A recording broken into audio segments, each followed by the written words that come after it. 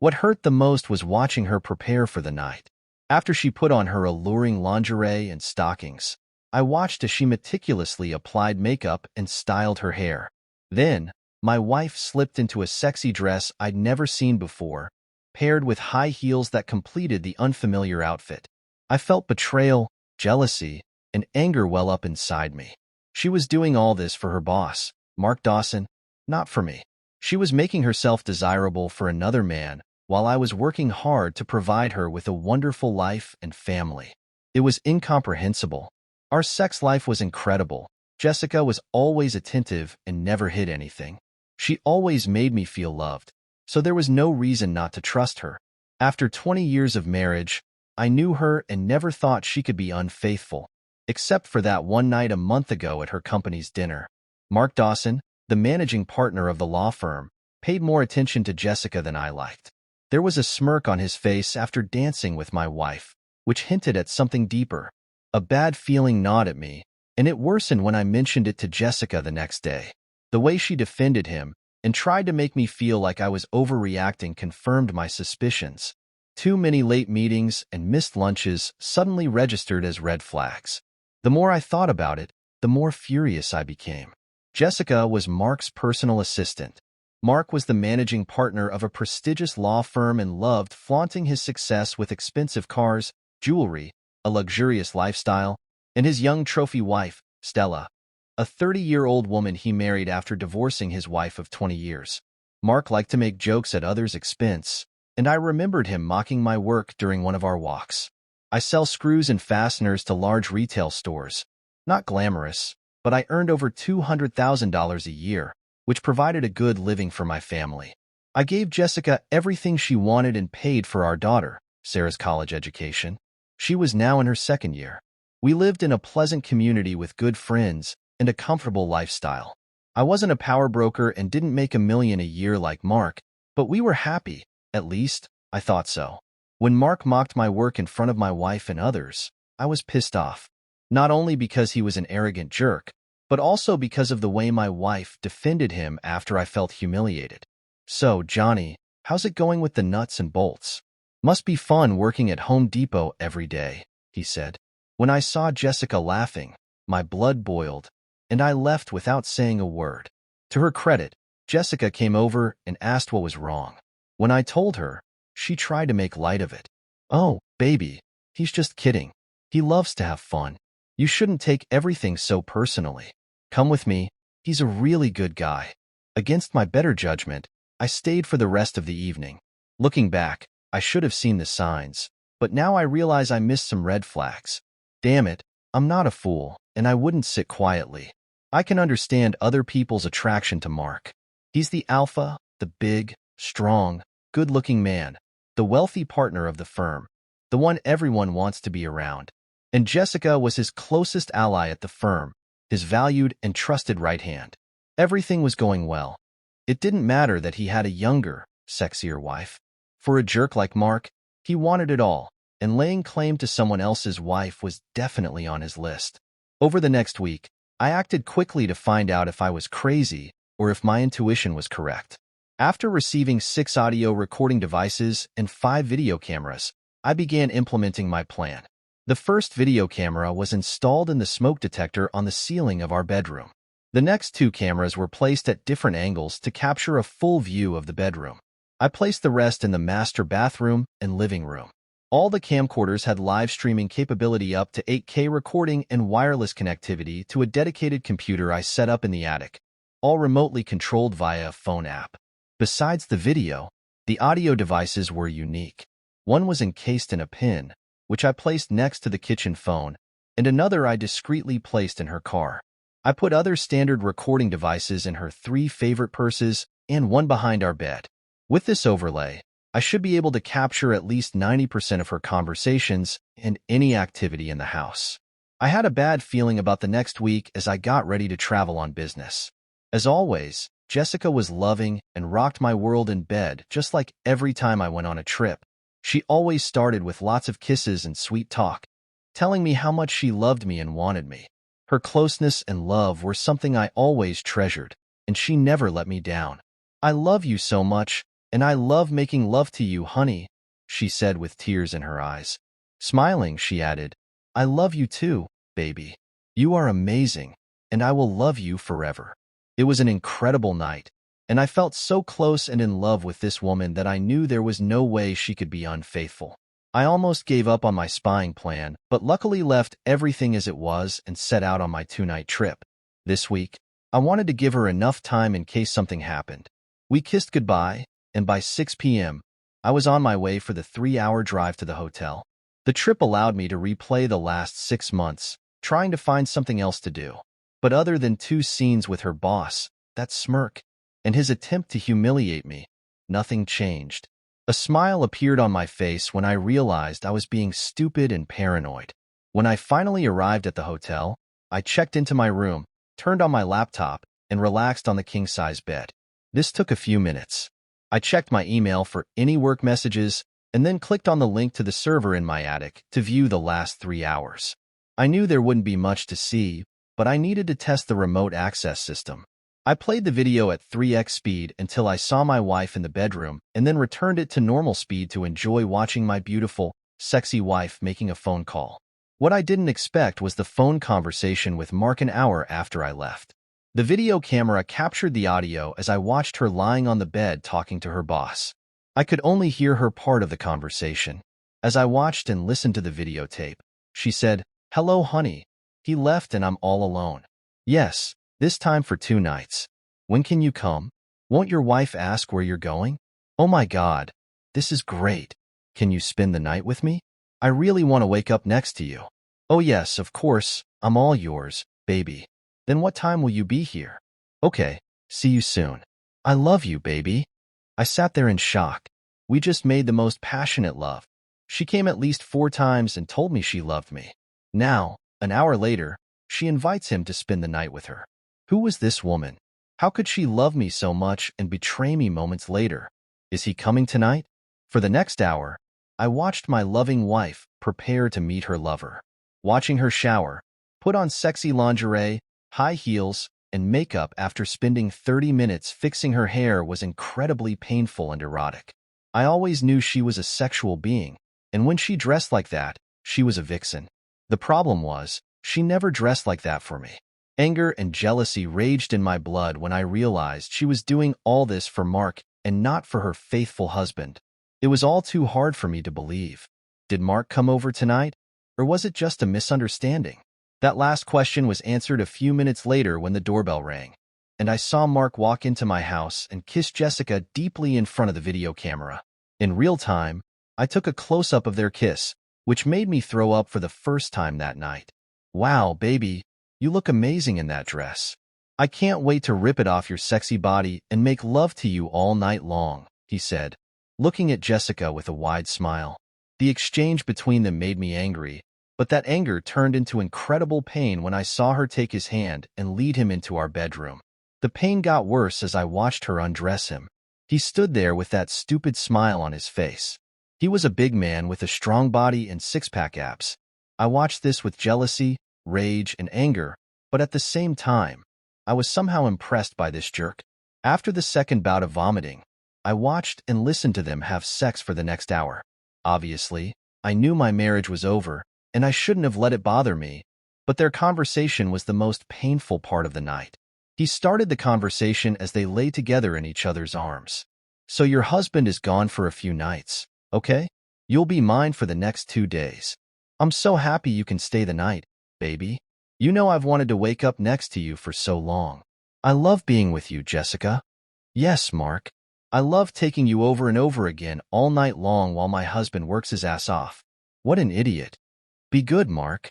I love him, and he is a good person. Then why do you let me have sex with you? Mark, you are the sexiest man I know, and I love our sex, but we are both married, and we should just enjoy the time we have together. It makes sense. You give me more love and affection than my husband or any other man I have been with. For me, it's more than sex. I just love the way you make me feel, Jessica. This part really hurt because the love he was talking about was supposed to be just for me, but now I realized that she shared her love with another man. I continued to listen and watch as they hugged, kissed, and talked. Does your husband satisfy you as much as I do? Jessica, he's a wonderful lover, but no, he's not like you. You do things to me that I can't explain. I sat there, sad, hurt, with a deep sense of loss. I turned off the computer and could no longer listen to this betrayal in my home and bed. After several hours of insomnia and struggling with my anger, I realized that there would be a lot of pain and revenge in my future. When I returned home, everything seemed fine, complete love and respect as if nothing had happened. Jessica greeted me with a big hug and lots of kisses, acting as usual as if nothing had happened while I was gone. Instead of the love I had always felt for her, I now felt disgust and shuddered at her kiss. I did a great job acting normal. I collected all the recordings and videos, made copies to the cloud as a backup, and created an encrypted file on my computer. Over the next 2 weeks, I made sure every second Jessica spent with me counted. I kept her busy and didn't give them any opportunity for quickies or late-night sex. She even asked me when my next trip was planned. They clearly wanted me to leave. One morning, I overheard their conversation while she was driving to work. When will your husband leave town again? I'm not sure, but I'll find out. It's got to happen soon, baby. Knowing this, I planned the trip for one night to ensure he would come while I was gone. The plan was taking shape.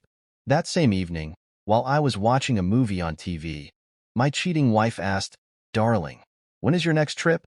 I tried to control my anger and replied, "Honey, are you trying to get rid of me? Do you have a secret lover who comes when I'm not there?" I said in a joking voice. She didn't miss a beat and showed no signs of guilt. "Don't be silly. I like it when you're home. I hope you don't have to leave, and I'm just wondering if your travel has been cut back." "No, sorry, honey. My job still requires me to travel." "Yes, I have an evening appointment next Tuesday, and I'll be back sometime on Wednesday," she said in a convincing tone. "I hate it when you leave. I wish you didn't have to travel like that. I miss you so much when you're gone." Then she came over, hugged me, kissed me deeply, and made me feel more love than I could explain. When I realized that she was giving the same love to another man, I wanted to scream and throw her to the floor, but I kept my appearance and continued to work as usual, knowing that next week my plan would be put into action. On Tuesday, I packed up for the trip, and Jessica and I had our last session of lovemaking. After tonight, there would be no more us. She kissed me wonderfully before I left that night, and I wondered if she had seen the sadness in my eyes when I looked at her one last time. I saw her expression change, and I wasn't sure what she was thinking. Instead of leaving town, I returned to my office and parked my car. I then went back to my desk to work late, which was not unusual, and the few people there never questioned my arrival. At approximately 7:30, the video camera turned on as Mark entered my house and tenderly kissed my soon-to-be ex-wife again. It was showtime. Disabling the video camera using a phone app, I put my cell phone in a drawer because I didn't want the GPS to track me during my trip. I quietly left the office, went to the trunk of my car, and took out a folding electric bike. The electric motor allowed it to reach speeds of up to 30 miles per hour and a range of up to 50 miles on a single charge. I put on a black hoodie, looked around to make sure no one had noticed, and rode the 12 miles back to my home. My idea for the bike was stealth. It allowed me to return home quietly and unnoticed. Within 20 minutes, I parked my bike behind the house and walked through the back sliding door, which I had set to stay open. Once inside, I stood quietly to make sure I wasn't discovered and listened for sounds coming from the bedroom. After I was sure that they were going to do this and my arrival wasn't revealed, I went to the closet where I had put the short-barreled shotgun and aluminum bat. I carried them into the bedroom. I carefully placed the shotgun along the wall outside the bedroom, picked up the bat, and quietly opened the door to the candlelit room. They were making so much noise they didn't hear a sound or see a shadow when I walked the short distance to the bed. I didn't hesitate and delivered a strong blow to the side of his head. The dull sound of metal hitting flesh was drowned out only by the sound of the 250-pound beast hitting the floor. While he was going down to the floor, I grabbed the shotgun and turned on the light. Jessica, stunned and in shock, screamed, "Oh God! No! Please, no! This can't be true. Why are you here? You should be away. Why are you with another man in my bed? That's a better question. Now shut the hell up and pay attention." The big man was semi-conscious and now sat against the wall with blood dripping from a 6-inch wound caused by the metal bat. I watched him as he regained consciousness and noticed an angry man in front of him. Damn it. This hurts. Why did you do that, dude? Are you kidding? You have sex with my wife in my bed, and you think I won't react? What are you going to do? He asked, clearly nervous, looking at the shotgun I was pointing at him. Are you worried, big man? Are you afraid that I will hurt you? I know what you two did behind my back, and today is payback. I'm going to kill you, Mark. Tonight, you will die, I teased. I continued, everything you worked for will disappear. I hope it was worth it. Dude, if you kill me, you're going to jail for the rest of your life. To hell with this. We will all die tonight. How does that sound, idiot? I wanted to put the fear of God into both of them, and of course, I had no plans to kill anyone, but it was nice to see how scared they were. I behaved excitedly, scaring them both. Jessica was crying, curled up, and trying to cover her naked body with a sheet. Baby, please don't do anything stupid. I love you. I really do. Put the shotgun down, and let's talk about this. With an evil grin, I pointed the shotgun at her. Shut the hell up. This is because you wanted adventures outside of our marriage. Whatever happens tonight is all you're doing. They knew they were in trouble and knew they had to calm me down, or I would kill everyone.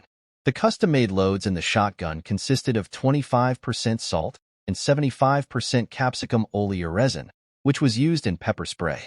I didn't intend to kill anyone, but rather to cause him enough pain and maybe a little damage to his genitals to last him a lifetime.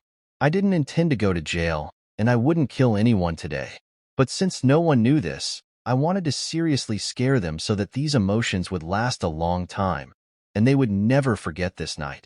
After Big Mark recovered from the blow to the head, he became bolder and decided to rush at me and try to disarm me. I was waiting for this to happen. As soon as he made his move, he exposed himself, and I unloaded the first round. The explosion was loud, but his screams were even louder. He couldn't see or breathe without suffocating, and the pain was unlike anything he'd ever experienced. A few minutes later, as he sat there writhing in pain and bleeding, I explained how it would work. I gave the big man a kick to get his attention, all the while looking at my soon-to-be ex-wife. Listen to me, and you too, my cheating wife. I'll leave in a few minutes, and you take this loser to the emergency room before he bleeds out. You won't call 911, but you will take him in your car to the hospital. You won't tell anyone how this happened or that I was involved in it. In fact, you'll tell anyone who asks that I had no idea about your affair. If any of you tell them that I was involved or knew about your adultery, then the video, audio, and photos I collected will go to Mark's wife and partners at the firm. Plus, everyone you know will be sent a link to a website I created with over 2 hours of your sex scenes. I don't care what lies you come up with for the police, but you won't mention my name, and you'll insist that I know nothing about anything related to this. You won't fire my ex-wife. She will need this job as soon as the divorce is final. If you come after me or she refuses the divorce proposal, everything will come out. At this point, it won't matter who gets burned. Get him to the hospital before he bleeds out and remember what I said. I left the same way I came in, fixing the lock and closing the door. I put the bat and shotgun in the bag and slung it over my shoulder. I quietly headed out of the area, riding my bike back to my office. I threw the bat and shotgun into different parts of the river. I then took off the surgical gloves I was wearing and discarded them before returning to my office. I put the bike back in the car and was back at my desk by 9 p.m. I then went on my trip, saying goodbye to some IT employees who were working late. As far as anyone knew, my car never left the lot, and I sat at my desk all evening. It would be their word against mine with no evidence if they ever accused me. Mark underwent surgery. He had to shave his head to get 18 stitches because he suffered a concussion from the blow. The story he told was that the last thing he remembered was walking home with some paperwork and then ending up in the hospital. He told the police he didn't remember seeing anyone or being hit. He kept his mouth shut, knowing that I could ruin his life and career. Jessica was beside herself and did not say a word about the incident. All she said was that she heard a gunshot, and when she went outside, she saw Mark lying there and took him to the hospital because she didn't think there was time to wait for an ambulance. Neither could explain why he was naked, and both stuck to their stories. However, Mark's wife didn't believe him, which soon became a big problem for Mark. I spent the afternoon removing the surveillance equipment, uploaded everything to an encrypted cloud server, and threw the equipment away. Any remaining evidence of their affair was now out of reach in the cloud. Jessica came in around 6 p.m. and found me in the living room with a bottle of my good whiskey in my hand. I sat quietly while she sat across from me on the couch. She looked broken and sad. I had never seen her like this, and for a brief second, I felt sorry for her. With tears in her eyes, she couldn't stand it and tried to explain everything. "Johnny, I know what you saw was bad, but you need to know that I wasn't in love with him. I know what it looked like and what I said, and it must have hurt, but you know me. After sex, I need connection. I said it all to you in my heart. It was all for you, baby. Whenever you left, I hated being alone, and Mark would keep me company. Yes, it got sexual, but it was just sex. You have to believe me." My mouth was wide open in amazement at the incomprehensible excuse she made. "Jessica, I listened to your explanations, and although you said that these words of love were addressed to me, I cannot help but believe that they were addressed to Mark. It's over, Jessica. 20 wonderful years thrown away because of your boss and your betrayal. We will both have to live with your actions for the rest of our lives. Thank you for the pain and suffering you caused me. I will always cherish it," I said sarcastically. "What do we do now?" she asked, tears streaming down her face. "Well, we're done. I will never understand how you did what you did to me or why. I'll have to live with this forever. There's no way I can forgive what you did, but I will keep my promise and not reveal your infidelity. Sarah and your parents will never know that they have such a woman instead of a mother and daughter. I'll let you explain why we're getting a divorce, but I warn you, don't make me the bad guy. If you do this, it will end badly because I will make sure everyone knows that you are nothing more than a cheating adulteress. I'm putting the house up for sale, and in the meantime, you need to find a place to stay. Since you ruined everything, you need to move out. I'm not asking. This is what you will do. Let me know where to send the divorce papers, sign the papers, and don't resist the divorce. Otherwise, it will be painful for you and your boyfriend." Crying into her hands, she tried to speak. "He's not my boyfriend, and I don't love him. Can't we figure this out? Is there anything we can do? I know it's too late after what I did, but I can't live without you, and I'll do anything to keep us together. I never wanted to lose you. Please, do not leave me. You know, Jessica, if it had only been about sex, there might have been a way to get back through counseling or separation. But what really ended my love for you was that you shared a love with him that was just for me. The words you said to him killed us and everything I ever felt for you. No, I will never forget or forgive your betrayal, and I will never want to see or talk to you again. Once the divorce is final, you will disappear from my life forever."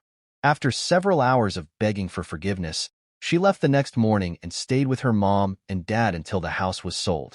Over the next week, the police questioned me and tried to get me to admit my involvement. I hired a lawyer, and we told them that unless they provided some evidence of my involvement, I would no longer answer questions without a warrant. Since there was no evidence, and I had an alibi, they left me alone. The incident was ultimately reported as a random burglary and assault. Jessica and her family called and begged me to reconsider. I was told that she loves me and cannot live without me, that she's sorry, and to please forgive her. They suggested sorting it out through counseling. Blah, blah, blah. I stopped answering their calls and didn't open the door when they came. I changed my phone number and never spoke to any of them again. Yes, the loss killed me. Every second of separation was painful, but the memory of her betrayal and how she gave her love to another man was something that I could not come to terms with. Now, Jessica was a 42-year-old single mother who lived on her salary in a one-bedroom apartment. The pleasant life she enjoyed was gone.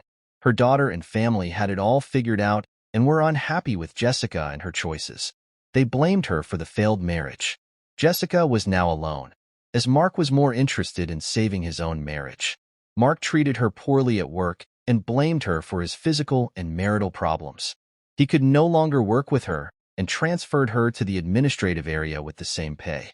Her new job was tedious and boring, and she no longer had the prestigious position working with one of the partners. Word got around that she was one of Mark's ex-girlfriends, and she was treated as such. Now, with a job she hated, no prospects for promotion, no friends, no husband, and a family that blamed her for the divorce, she sank into depression. She cried every night alone and missed me with every fiber of her being. Her heart ached almost all the time, and she constantly thought about her actions and her loss. Sarah tried to help her mother, but there seemed to be no turning back, and she watched her lose weight. Jessica ate poorly and drank a lot every evening. She refused to take care of herself, saying that without Johnny, she had no reason to worry anymore. When Sarah turned to her father for advice, he sympathized with her situation but could never come to terms with the betrayal and never spoke to Jessica again. Stella really pulled it all together and made Mark's life a living hell. She forced him to move into one of the guest rooms, and he paid dearly for his infidelity. Stella eventually began dating several younger men and kept Mark around to pay all the bills. She agreed to be by his side like eye candy at corporate events or business meetings, but they lived separate lives. Mark would never have sex again and would never have a woman he loved for the rest of his life. He would remember how and when his whole life changed, all because of his desire to take someone else's wife. His anger towards me was epic, and he wanted to hurt me in the worst possible way, but nothing happened. For months later, that year, I was with my workmates for a drink when I was attacked and beaten outside the bar until my mates came out to help. The attackers left before the police arrived, and I spent 2 days in the hospital with broken ribs and 20 stitches. I believe they wanted me dead, and if it weren't for my friends, I think they would have succeeded. I knew that this was revenge for Mark, and I was not at all surprised. 6 weeks later, I felt much better and called Mark's office. "Mr. Dawson, please," I said to his secretary. "Sorry, he's at a meeting. Can I take a message?" "Yes, please tell him to meet me at 1 o'clock this Friday at the French Deli across the street." "I'm sorry, sir. I don't make appointments for Mr. Dawson. Just give him the message. Write it down. Friday, 1 p.m., French Deli. Be there alone, Johnny. Just give it to him, and he will understand what it means." "Thank you." I was sitting at the table facing the door when the jerk walked in alone. He saw me and came to the table. "Sit down," I said. "What do you want?" I ignored his outburst and said, "Thank you for coming today. Your people did a good job with me, but unfortunately for you, they didn't follow through because you did not heed my warning of any revenge against me or my family. You forced me to act." I handed him a folded piece of paper and said, "Here is a link to a website that is currently created just for you, jerk. Don't bother trying to shut it down, as it operates from Syria with 3 backup servers in different locations. It is untraceable. I mean, you're screwed. Check it out when you get back to your office." I erased Jessica's face because she shouldn't have to pay for your sins. She's already suffered enough. Now, after you look at the website, I want you to think about how your firm will perceive your actions, how your wife will react, how your children, friends, and family will feel after watching a 2-hour sex video. I plan to post it on several popular porn sites along with your name, profession, address, and phone number. His anger grew. "Look, you've already ruined my life, and I'll never be the same sexually again. Just stop it, or I promise you, you'll disappear. That's why we're here today, Mr. Dawson. I want to put an end to this. You took away from me the most precious thing in my life, my wife. You've ruined our 20-year marriage, and I can't let you go free. I risk being killed, as you put it, but I intend to avenge the beating your people gave me." "Okay, calm down. What do you want?" "2 things that are not subject to discussion. You will stop any retaliation against me or anyone I know, including Jessica. You will deposit $1 million into this account by the end of the day on Friday. If the funds are not in the account by 9 p.m. on Friday, I will take action. I know what you're worth, and I also know what I can get in a lawsuit. So this amount I'm asking should be considered a gift. If I agree, how do I know that you still won't destroy me? I am a man of my word, and you will have to trust me. I will say this. If you don't do this, then there is a 100% chance that this site will become famous by Saturday morning. I hope you suffer for the rest of your life for what you did to my happy marriage." The money was transferred.